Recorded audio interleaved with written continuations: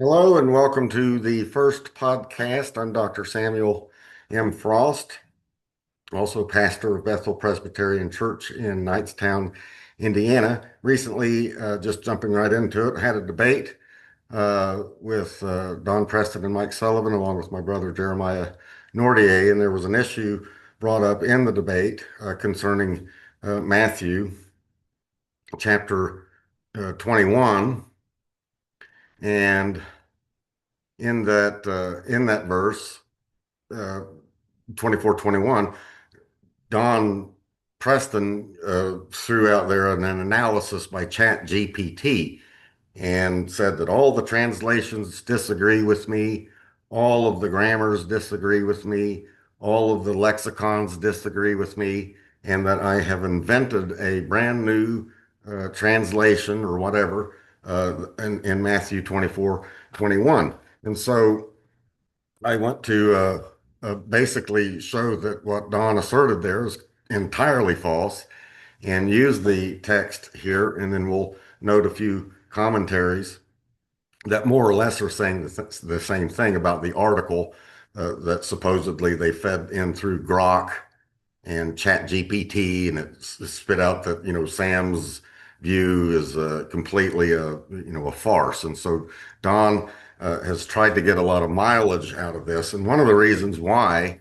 is because if the analysis that I give is anywhere remotely correct, Don realizes that this creates very large problems for his view.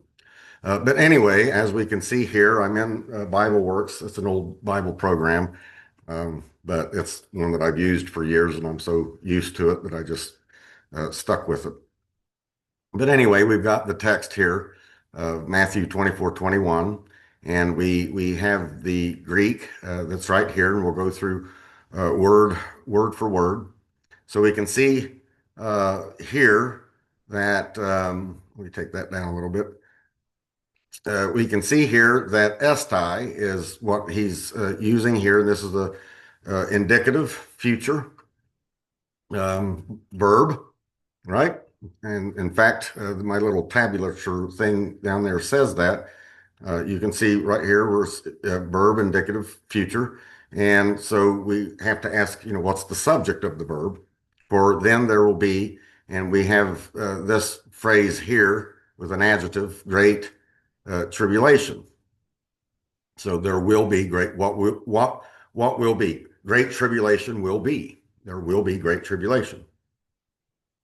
And this is the word of contest that stuck out in the debate is this word huia, which is used here. It's a relative adjective, but it functions or is also called a relative pronoun. Um, in fact, we can see in the listing here on my Bible program here, it says, and you can see it right there. And I'll shift down here and highlight where it says pronoun, relative, nominative, feminine, singular. That's case, gender, number. So as an adjective, as a pronoun, functioning as a relative adjective pronoun, I've actually read that someplace where it used as that way. This word here, uh, as a pronoun or even as an adjective, it has to agree in case, number, and gender of the word that it is modifying. Okay, so basic Greek 101. And so, since this is a nominative, feminine, singular, what's the nearest antecedent that it would be standing for, which is what a pronoun is. A pronoun is standing for a noun or functioning or modifying a noun. Well, it would be this word right here, thlipsis, which is the word for tribulation, which is a nominative, feminine, singular. So the pronoun here, the relative that's here, is nominative, feminine, singular. So when you have the agreement between the pronoun and the noun. Okay, this is Greek 101 because pronouns and adjectives have to match the case number and gender of the noun that it is standing for and or modifying. So what is this word? This little word right here, quia. We'll look it up. Here's Luau-Nida lexicon. And in the Luau-Nida lexicon, we'll note the word in highlight that's right here. It says huios. There's our word, huia, used there in the feminine on the second. And it states right here, and I'll read it out loud, pertaining to being similar to something else in some respect, like, such as, likewise, similar. And then in Luau-Nida, it quotes our Sleepsis Megale Huia U, which is Matthew 24:21. It's quoting the verse that we're using there. It doesn't matter which lexicon, because Don said I disagreed with all of them. But it doesn't matter which lexicon we use. I can use, go to Freiberg's. Freiberg here, he says the same thing. Relative adjective predominantly used, right here, a relative adjective predominantly used as a relative pronoun. Huh.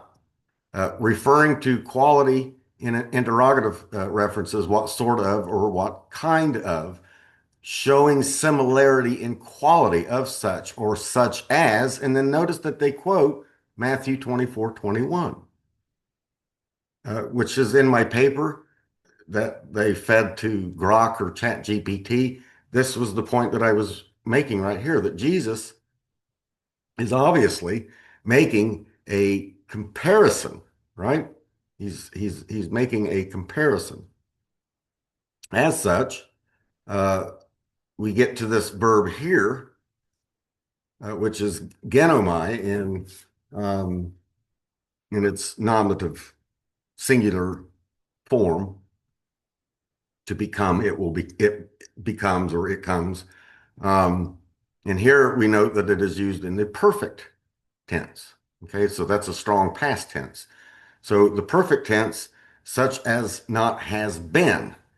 Well, what has not been? What's the again, in Greek, you always want to, what's the subject of the verb? You always want to look for the subject of the verb. Well, such as not has been. Well, what would that be? Well, that'd be tribulation. Okay, such as not has been. So it's comparison, like has not been. So since I agree with all of the translations, and I never said I disagreed with any translation, but Don in the debate said I disagree with all the translations. Here's a few of them right here. ASV. For them there will be great tribulation, such as has not been, from the beginning of the world until now, nor ever shall be. We'll get to those phrases. There will be great tribulation, such as not has been. Yep. ESV, there will be great tribulation, such as has not been. So notice the past tense, has not, or that word has been. That's perfect tense, even in English. Has or have is perfect tense in English. So stating it right here, has been.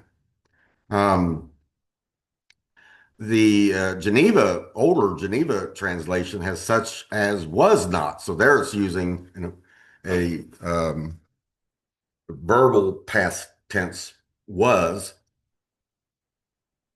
Uh, NIV, which is a dynamic equivalent, so it's going to try to bring out, uh, makes the comparison noted here. It says unequaled from the beginning of the world until now, never to be equaled again. That's, and I like that translation. I have no issues with that one whatsoever.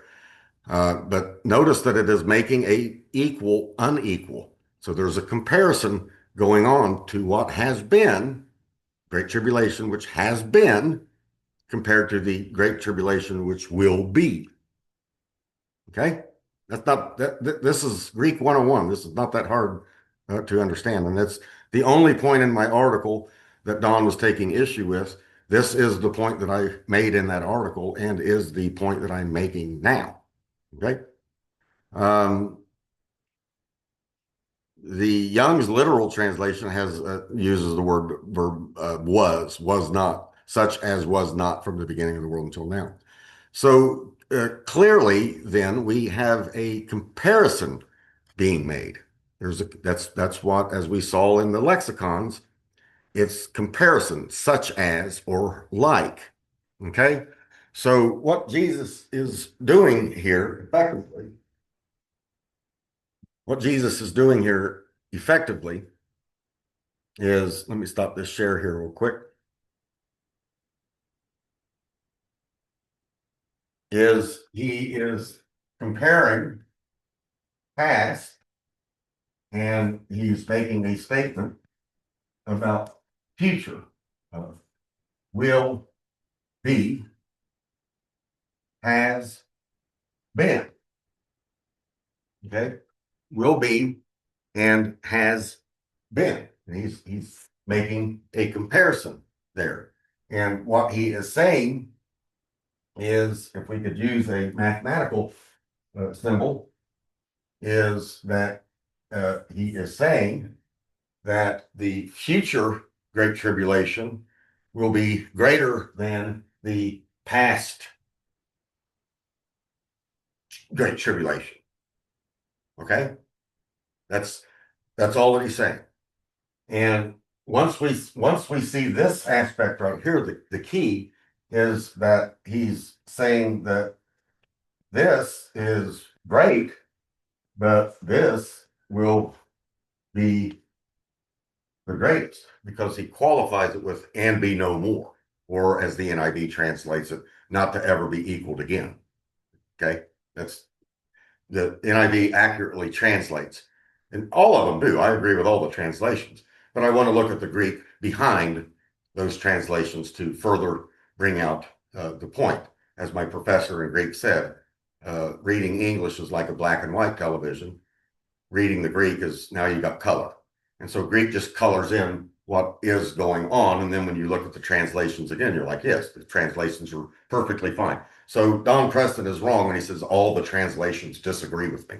He's not wrong. What he is missing is the point of this word here, quia. He's missing the point that this word is making the comparison, which is what the lexicons, which Don said, I disagree with all the lexicons. I don't disagree with any of the lexicons when it comes to this. In fact, they're quoting Matthew 24, such as, like, making a comparison, which is what the word is. That's what this is functioning and doing. Well, what is it comparing? Well, what this is modifying in case, number, and gender as a relative pronoun, which it predominantly functions as, it agrees in case, number, and gender with tribulation. So that's it's comparing then. It's making a comparison. Now we can see here it's making a comparison between tribulation in the past, gegoten, in the past, using a perfect tense, that has tribulation that has been, and the comparison that it is making is tribulation that will be. And the word via is saying that the tribulation in the past is less than, or that the tribulation in the future will be greater than. That's what it's saying. I don't know of any commentary. I've never read a commentary that doesn't make that point. That's the point that is being made. Now, we haven't defined Great Tribulation or what that is or what that's functioning. What are the what were past? What's a past Great Tribulation? And what's the future Great Tribulation? I'm just arguing a point of grammar as I argued in my paper written a year or two ago that Don and Mike are supposedly thinking that because Grok and Chat GPT spit out what it did, that my analysis of Greek was wrong. You could be a full preterist and this is still correct. Okay, it doesn't make any difference. You could be an amillennialist or premillennialist. In fact, people I'm going to quote from are premillennialist and amillennialist, and they both say this same thing, which is my point, which is what I was saying. Whatever the tribulation will be in the future, it will be greater than whatever tribulation was in the past.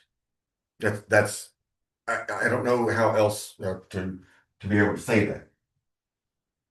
Now we have a further qualification in our verse of Matthew 24, in verse 21.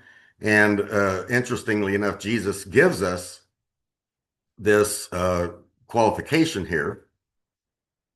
He says, este gartote slipsis megale huia ugagonen. And then he says, op arches. This is interesting. You have an elision going on there. Op arches, the Omicron is dropped. Op arches, cosmu. Okay, so that's from the uh, beginning of the world. That's from the beginning of the world until now, and that has the article with it. So he's making a definite statement here from the beginning of the world until now. Okay, so we would say that's in Jesus's day, right?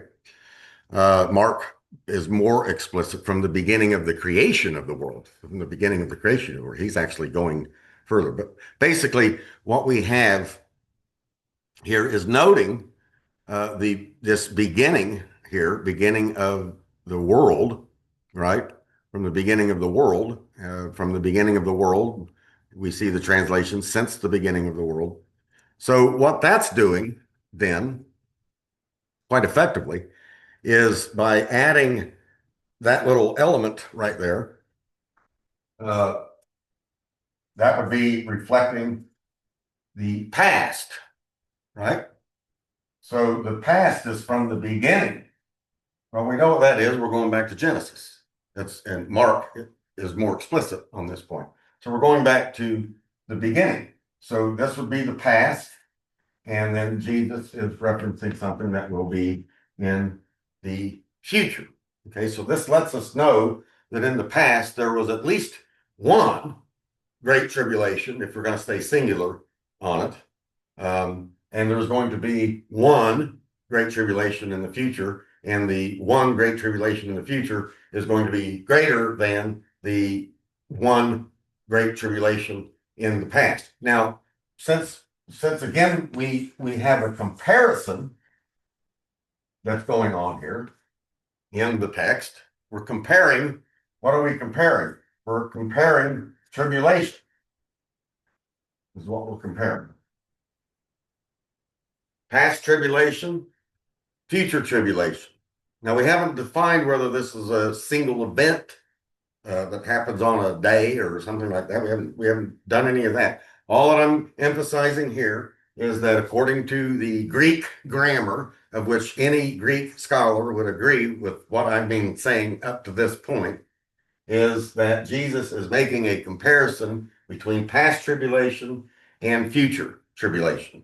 That's what he's doing. I don't know of any commentary out of the 50 or so on Matthew that I've read in several journal articles and papers that would disagree with this point. And I don't know of any translation that would disagree with this point. I agree with all the translations because this is what they're saying. This is what they're saying. You could say that today is my birthday, and today, this birthday is such as no birthday that ever has been. That doesn't imply that they're not past birthdays. It's just this one's the greatest. This is the greatest birthday I've ever had. Notice I'm using a perfect tense because I'm referring to the past. And I'm comparing my birthday today, which is not my birthday today. I'm just using an example. I'm comparing my birthday today to past birthdays, which were great. They're fantastic, but they're not like this one. This one's the greatest. This was the best one. And now we have something added in this comparison. Let me note what's added here in this rather easy comparison that we're making here in the Greek, which again is the only point of my paper that I was making. So if we got here, great tribulation will be future active indicative, such like great tribulation that has not been, which clearly is stating that great tribulation has been, right? It's what else would you compare it to? So you have to have something in the past in order to make the comparison, or it's not a comparison. If Jesus was saying there will be great tribulation that has never happened before, then using this comparative word pronoun that's right here would be superfluous. It wouldn't make it. There wouldn't be any point to it. It wouldn't. There wouldn't be any. You know, there's there's Jesus would be in effect saying there's never been great tribulation ever from the creation of the world until Jesus's day. Jesus is not saying there's never been in the past anything that would remotely come close to great tribulation or what would be called great tribulation. We know that this is wrong because Daniel 9, when he's praying to God, he refers to the destruction of their temple there. He refers to that as great distress. Nehemiah uses the exact same phrase because they're not able, the temple building is being halt, and Nehemiah is praying and he says, Lord, we are in sleepsis megale. We are in great tribulation. So great tribulation in the scriptures has gone on in the past. And Jesus is saying what will be in the future is going to be greater than what has happened in the past. Okay? That doesn't make that this anyone who knows Greek right now would not disagree with what it is that I'm saying. I'm not defining the terms. I'm just trying to stick to syntax here. Just that's what's going on in this text. And then Jesus adds something that levels this off. Neither, and this is rather emphatic. He's got three negatives here. He's got ud, ume, genetai. So that's ud, me, genetai, which is you know very emphatic. Very, very, very, very, very, very, very emphatic. This is about as emphatic as you can get because you're adding three negatives. I mean, how many negatives do you need? It's like, not ever and never ever shall be again. And of course, it's using the tenseless genetai, but it's the same verb, genomai, the perfect verb that we have here, genomai, and here it's being used in the aorist subjunctive, okay, which will never and never ever shall be. You could translate it or never will be. Okay. So here, subjunctives can function even though they don't have tense like we would, translate English past, present, future, even though subjunctive has past, present. But subjunctive often can be utilized as a implying or inferring a future, the idea of the future, and here it clearly is. So what we have then, and let me go back to the board here. So what we have here then is Jesus is saying that tribulation, whatever that is, has been in the past, but the tribulation that is going to be in the future is going to be greater. Okay, it's going to be greater. And then it's there, and then after this great tribulation, whatever it is, we haven't defined it yet, but whatever it is, because that's the after part is nor ever shall be. See, so that's after, nor ever shall be. Okay, so this is then whatever this is the greatest. This is the greatest. This is the greatest tribulation, greater than anything that's happened in the past. This is the greatest tribulation because when this tribulation happens and when it's finished, there won't be anything like it afterwards. Okay, that's all that it's saying. There won't be anything like it afterwards. This one, this great tribulation, whatever it is, however long it lasts, but whatever it is, there won't be anything afterwards like it to its equal. There's no comparison. In other words, there is no comparison to this. The past is lesser than the greater that is to come. This is what Jesus is saying. Um, so to illustrate this, it's helpful to quote, and again, I only use standard reference commentaries that are written by far better scholars than me. But I do my own work first. The way I was trained was to do my own exegetical work first in the Hebrew or Aramaic or Greek, and then I do my work and do my notes and all that bunch of other stuff, and then I'll start hitting the commentaries and the books to see if if what I'm seeing initially is correct, or at least plausible and in the ballpark of what others of repute have been saying. Um, so Brooks here, and Brooks is PhD, Princeton, DPhil, Oxford, is a professor of New Testament at Bethel Theological Seminary. So that's heavyweight, far more heavier than I am in my career. But he states here, the statements of verses 19 through 20, however, appear to deal with a far greater, notice the words, he's using comparison words, far greater distress than Jerusalem experienced in AD 70. There is no reason to think that it was the worst. Notice the comparison. The worst is superlative. That's the highest you can get. It's the worst. There is no reason to think that it was the worst distress there ever had been. Notice the perfect tense, past, or ever would be. That's more expressing the subjunctive would. But the future element is there, so you can translate it as will. But he's being quite correct here.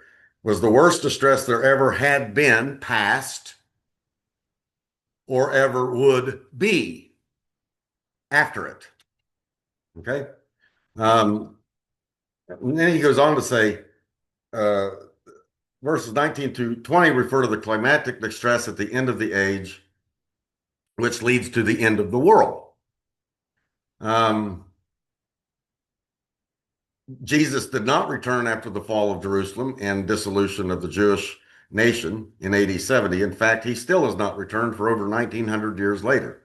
One should conclude that here, as elsewhere in the discourse, the references of things near future and far future.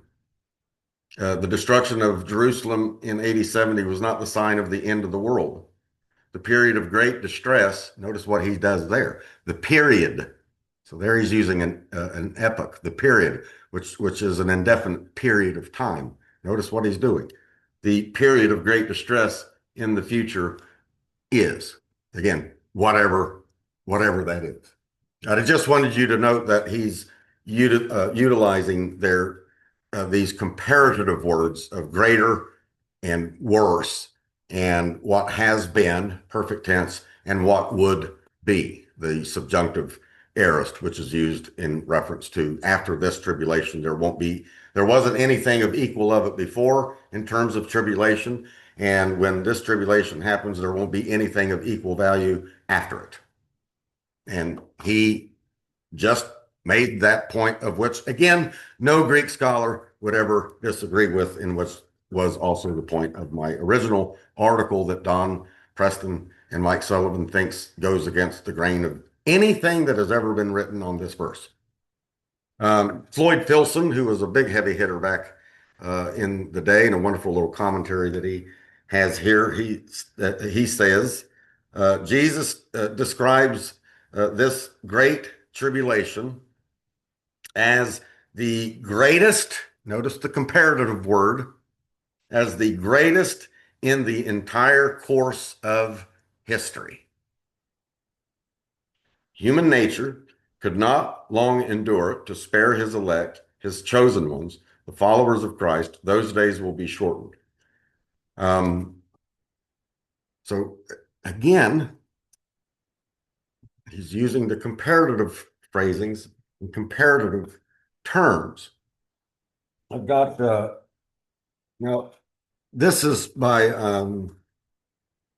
great scholar Henry Barclay Swete, Swete. And this is one of those really technical Greek commentaries. So you have to know Greek in order to get around this kind of material.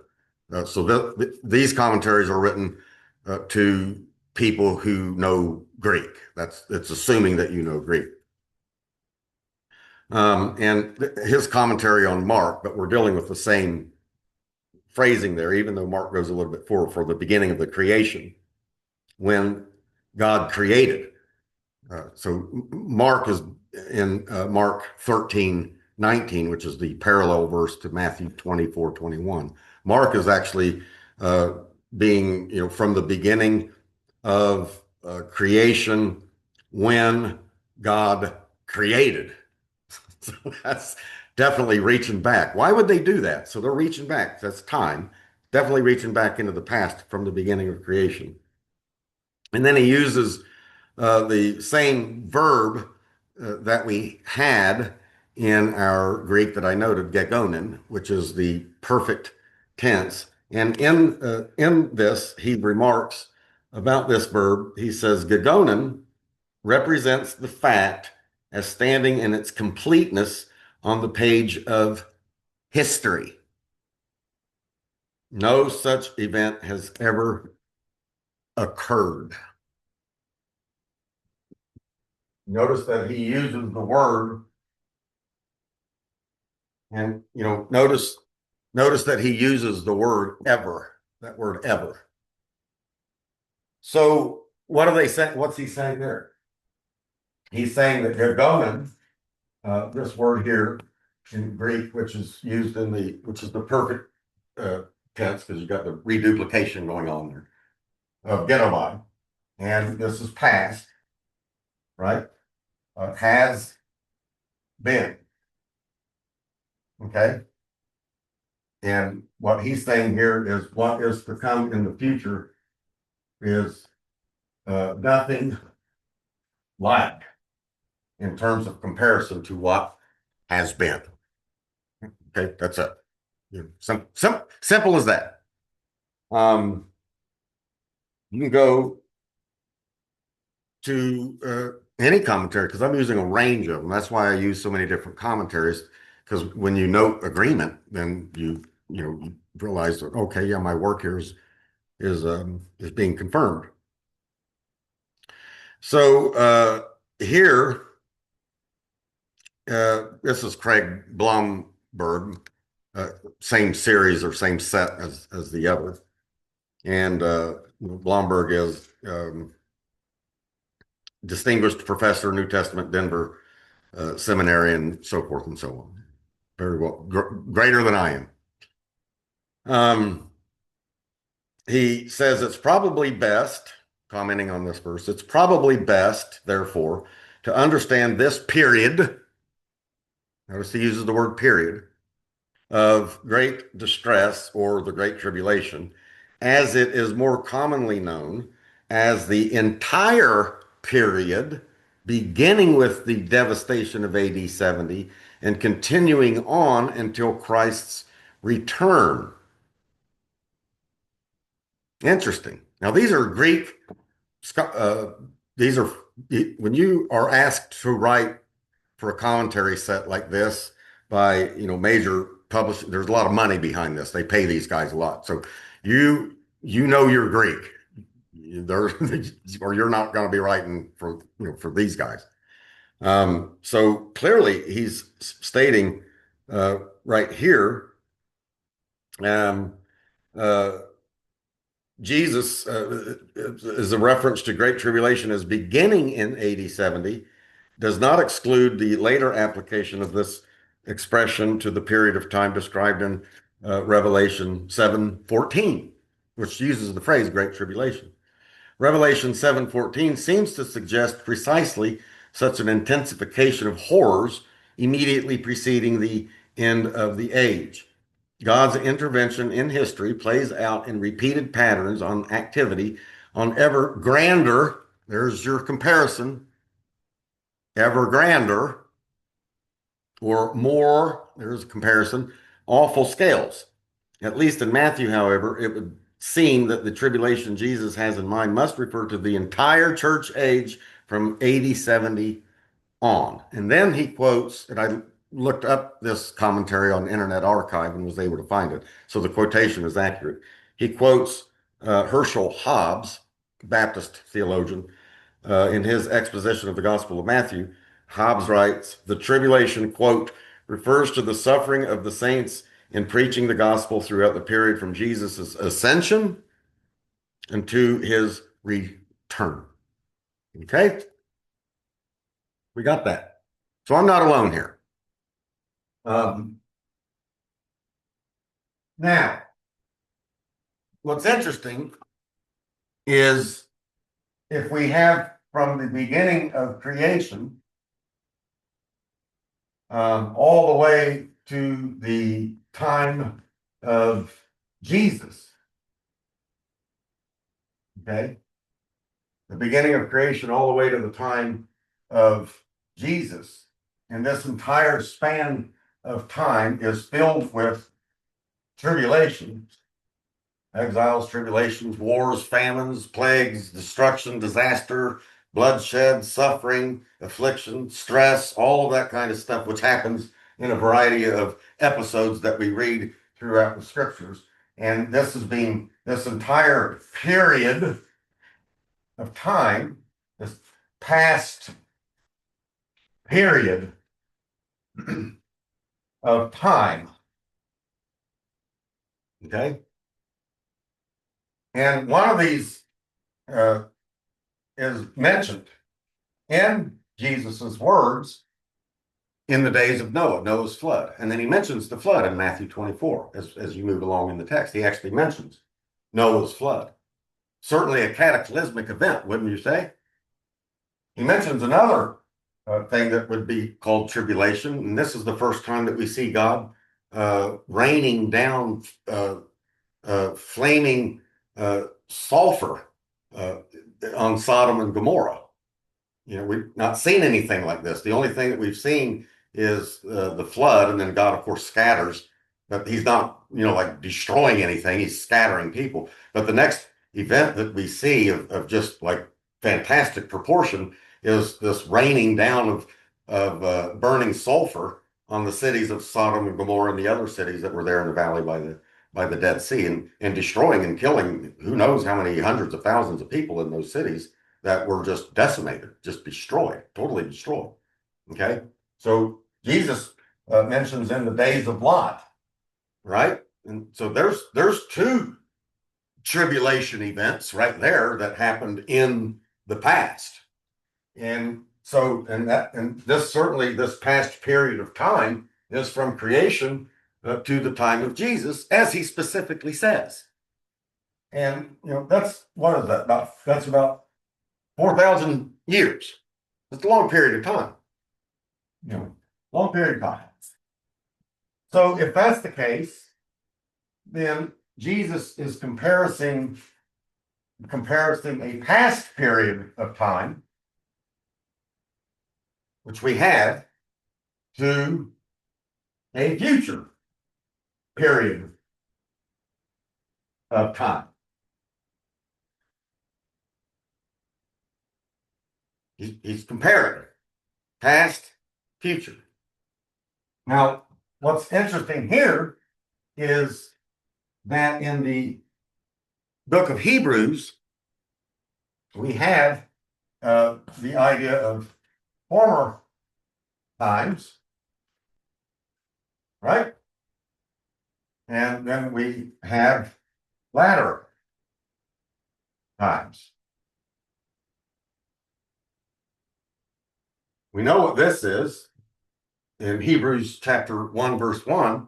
This refers to from the beginning of creation to the time of Jesus. It's interesting that's what Jesus says. This would be the former times. But now he has spoken to us through his son, that would be the time of Jesus, and kicks off these latter times. Interesting.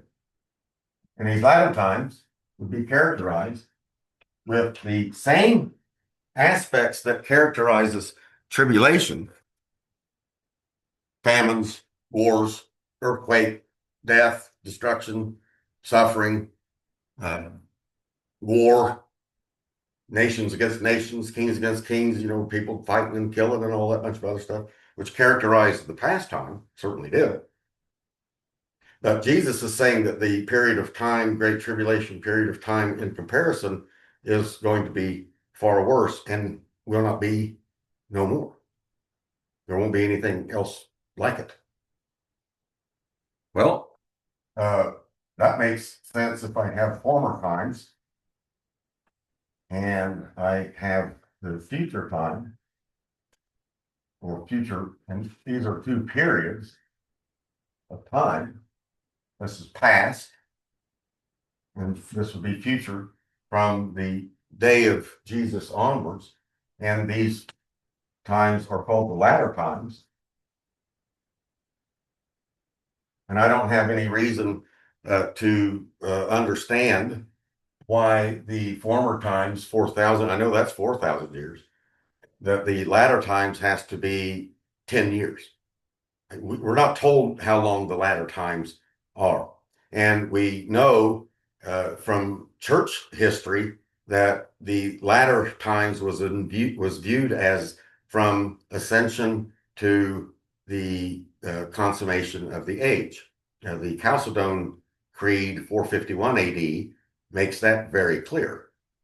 Makes that very clear. And also in the Apostles' Creed, we look forward to life in the age to come, which would mean that we're in the present evil age and or what would be called the latter times, since the time of Christ and the former times have gone. We are now in the latter times that are characterized with the same kinds of tribulations in the past, but will be much greater, and then will be no more. And we noted in the commentaries that they have the same schemata that's going on, because the end and no more. Okay, so grammatically, now I'm entering into interpretative theory. So now I'm trying to interpret what Great Tribulation is or what it stands for. It doesn't stand for any one particular event any more than the former tribulations. Jesus is pointing out one particular event. However, since he is going through the period of time all the way back to creation, that immediately would bring up this guy. It would immediately bring up Noah, and that would immediately bring up Noah's flood, which is certainly a catastrophic event, wouldn't you say? I mean, that was a pretty big one.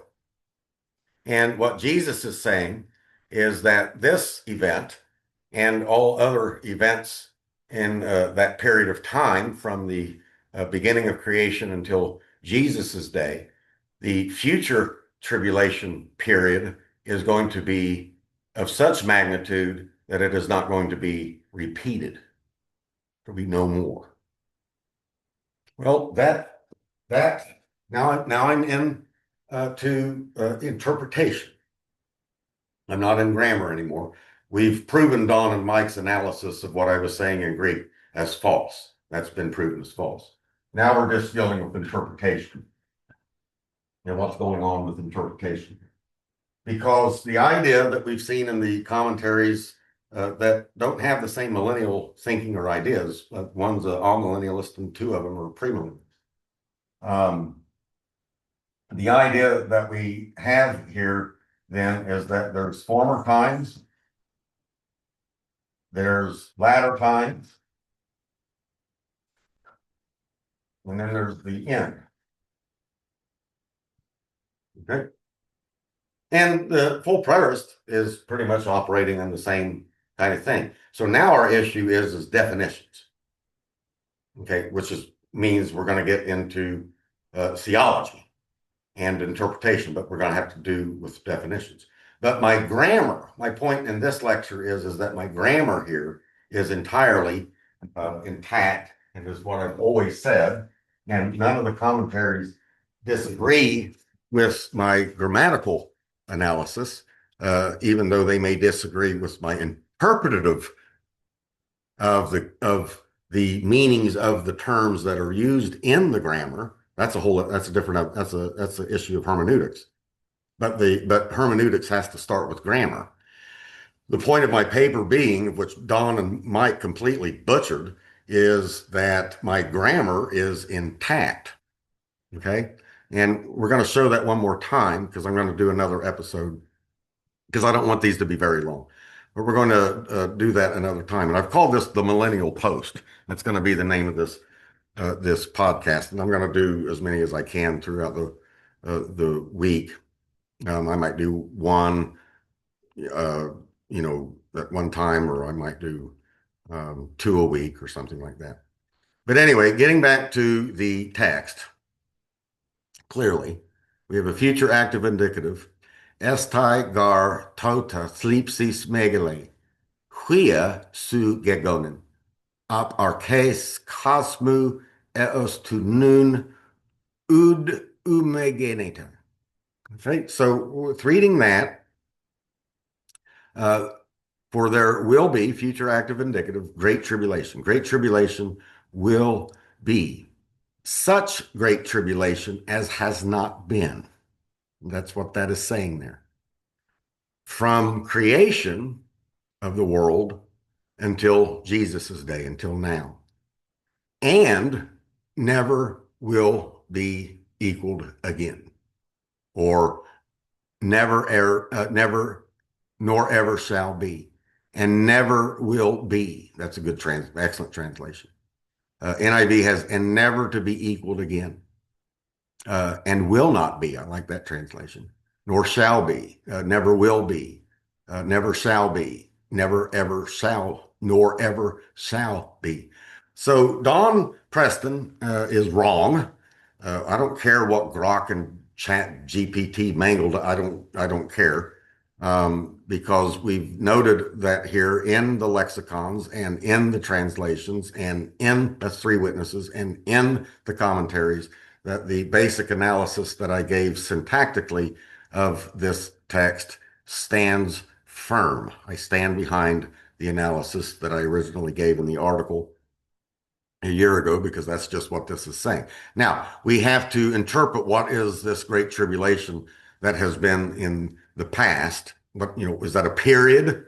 As some commentaries, is that a period of time? Well, it's obviously a period of time because it's from creation until now. So in that period of time, there have been great tribulation. And in the period of time to come, there will be great tribulation, such as like what has not been, which is essentially what Jesus is saying. When we go to uh, another major uh, commentary, and you know what, I'm not going to get into that. I wanted to get into D.A. Carson, and what he's doing there. But I've already noted Blomberg and Hobbes and Brooks and Filson and others, because what we're saying here. Look, let me say this before I end. What full preterists even agree with this? Full preterists, um, they know that this guy comes up. Okay. And what has to be argued by full preterists is that 70 AD was greater than, there's your comparison, than the flood. Okay. Because that's what Jesus is saying. And so as a former full preterist, we had to argue in what way was 70 AD, which was a war, a local war, greater than the flood, which was universal and, far greater. And so that was the problem. Now, the solution to that problem is covenant creation by Tim Martin and Jeff Vaughn. And I remember sitting at a bar discussing that 20 some years ago. Tim, you might remind me, where we were talking about this very thing. So what you have to do is what Tim Martin and Jeff Vaughn, Beyond Creation Science or Covenant Creation, is begin to reduce Noah's flood, and you start symbolizing it and reducing it down. So it's not global, it's not a universal flood. It wasn't anything remotely close to what like Answers in Genesis or Creation Ministries or these kinds of young Earth creationist global flood kind of people are saying is all false. And so that went Tim Martin's route because he realized that there is a comparison being made with what has gone on in the past up into Jesus's day, and that 70 AD is the greatest event that ever happened. And so what we did to make that is that 70 AD then becomes this cosmic principalities and powers, spiritual powers, the spiritual world, and it was this great earth-shattering representative judgment of the world, resurrection of the dead, and none of these things which occurred in Noah's day, right? So we had to make 70 AD greater than what was in the past, which would include the flood. So even as a full preterist, my analysis of Greek still is what it is. It's just I'm understanding what Great Tribulation in the past means and what Great Tribulation in the future means. And I'm doing what Blomberg says, as well as several others, using the same schemata so that you have Great Tribulation in the past, and then you have Great Tribulation in the future, and then shall be no more, because there will be nothing else like it, because the former times have given way to the latter times, and the latter times has ended. That period is Great Tribulation and last days, brings about the parousia and the end of creation as we know it, new heavens and new earth, of which obviously there will be no more great tribulations. There will be no more tribulations at all. See, so that works, and that's where the commentaries, all of them, are at, unless of course you're a hyper preterist like Don and Mike are. So that's the issue there. Whatever Grok was doing with what Don was saying and mangled that up completely, and Don thinks that he has some point here. He's trying to what it is that they're trying to do is to make me look like I don't know Greek, and I'm a complete idiot. That's the whole thing there. And that Sam is he just makes stuff up. He just completely makes things up. Which, as I'm reading out of the commentary, I don't make this stuff up. My methodology is I do the work in the text, I do the exegesis, which I've been doing for over, for 30 years. Uh, uh, do that, and do my work, make my notes, do all those kinds of things, go through, use standard translations. I was always told to use at least 10 major translations in the work of your translating work that you're doing, and always bounce it off. And those 10 translations are your, 4 or 5 of the major ones, the ones that are the best sellers out there, New Revised Standard, American, that kind of stuff. Um, and then some of the others, like you've got J.B. Phillips and Young's Literal, and there's all in between there, Living Bible Translation, all that kind of stuff. So you put all of those in there too when you're doing translating work, because these guys that sit on these committees are far more proficient at Greek than I am. So you always balance it off of that. And once I do all of that kind of work, and then I begin to throw in my interpretation of what's going on here, plausibility and all of that, am I in mainstream, to more or less degree, then I'll start going to the commentaries, and and there it was. And I'm like, oh, okay, yeah, this is perfectly plausible, totally workable, and certainly is staying in with the syntax of the Greek. It's just, that Don and Mike on their point here was just wrong. Anyway, I'll catch you on the next show, number 2 of the Millennial Post. Have a great day.